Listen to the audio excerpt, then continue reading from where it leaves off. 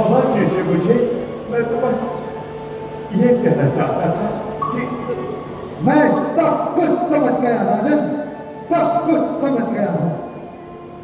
तुम्हारा यह अस्पष्ट स्वर इस बात को सिद्ध करता है कि रघुकुल ने अपने कर्तव्य पालन करना छोड़ दिया है।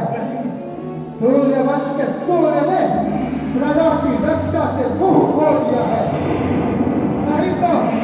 नहीं तो तुम क्षत्रिय राजा होते हुए भी द्वार पर आए हुए ऋषि के निवेदन को यूं न ठुकराते।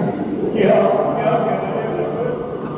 मैं तो आपका सेवक हूँ, आप कृपा करके मुझे आदेश करें। मैं और मेरी चतुरंगड़ी सेना भी आपके इस कार्य की पूर्ति के लिए सदैव तत्पर रहे। किंतु बातों की अमोल अवस्था पर विचार कीजिए। ये तो कोमल स्वभाव के साधारण से कारक योद्धा भी कहा है। ये किस प्रकार से उस दाक्षिण्यों का सामना कर पाएंगे भगवान? हे भूदेव, बोला के रण में निपुण लंकापति रावण का बल भी उन्हें प्राप्त है। इतने बलिष्ठ असुरों के विरुद्ध क्या फिर छोटे छोटे बच्चों को खड़ा करना आप क्या उचित समझते हैं? इन बालकों के स्थान पर आप मुझे साथ चलने की अनुमति क्यों नहीं देते? मैं ऋषि संघ की रक्षा के लिए अपने प्राण भी अर्पण कर सकता हूं। नहीं राजन, मैं केवल राम और लक्ष्मण को ही अपने साथ ले जाने अयोध्या आया हूं।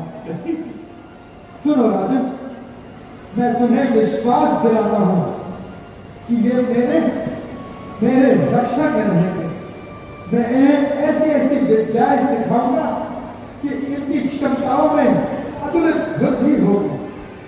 ये दोनों पादाताओं को क्षमा अवश्य करेंगे राजन, इसलिए तुम मोह में मत बंधो और विश्वास को भंग मत करो। फिर वही कायरता की बातें।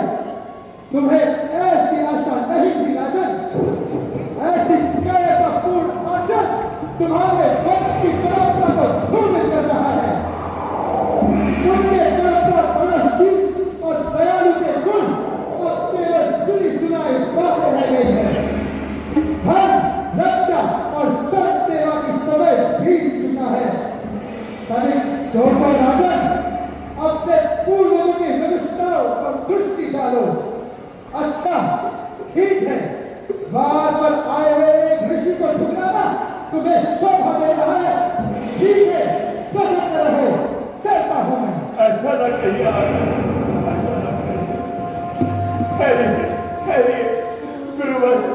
गुरुवर वशिष्ठ जी, कृपा करके द्वार पर आए हुए भूदेव को यूं न जाने दीजिए। ये मेरी बात नहीं सुनते, पर आपका परामर्श ये व्यर्थ नहीं जाने देंगे। अवश्य महात्मा ठहर जाइए।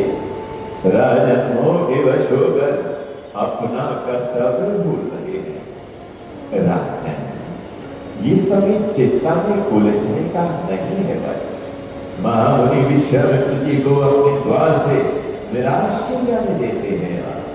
इनकी इच्छा तो उनकी थी। महामुनि अनेक गुप्त विद्याओं की ज्ञाता है, परंतु क्या नहीं। वास्तव में राम और लक्ष्मण को अपनी महान विद्याओं के द्वारा सशक्त करना चाहते हैं। राक्षसों के विनाश का श्रेय वैश्य वंश को देना चाहते हैं। ऐसा आप क्यों नहीं समझना चाहते? इसलिए इस गूढ़ अर्थ को समझने की चेष्टा कीजिए अयोध्या नरेश, और अपना संदेह दूर करके राजकुमार को प्रसन्न मुख से विदा कीजिए। हाँ, प्रसन्न मुख से विदा कीजिए। गुरुवर, आपकी और मुनीश्वर की आज्ञा मुझे चिरोधार है। मुनीश्वरेश, क्षमा करने के लिए मैं ममताओं की श्रृंखलाओं में फंस गया था। आपके उपकार से मैं पत्थर मुक्त हो गया। आपका कहना सर्वथा उचित है। एक राजा का कर्तव्य अपनी प्रजा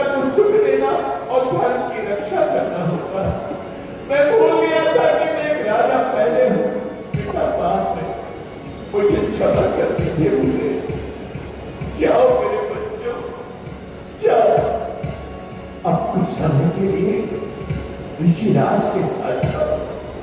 ऋषि समाज को कष्ट पहुंचाने वाले असुरों का वध करके अपने रात भर का पालन करो। ध्यान रखूंगा। तुम अपने हृदय से भ्रम और चिंता को निकाल दो। तुम्हारे ये पुत्र संसार के कल्याण निमित्त जा रहे हैं। धन्य हो तुम राजन, यह तुम्हारा त्याग लोकोपकारी है। अच्छा बेटा, अब गुरुदेव और पिता को प्रणाम करके शीघ्र ही अपनी माताओं से भी आशीर्वाद ले आओ और फिर मेरे साथ वनों की ओर प्रस्थान करो। जैसी आज्ञा हुई, जैसी आज्ञा।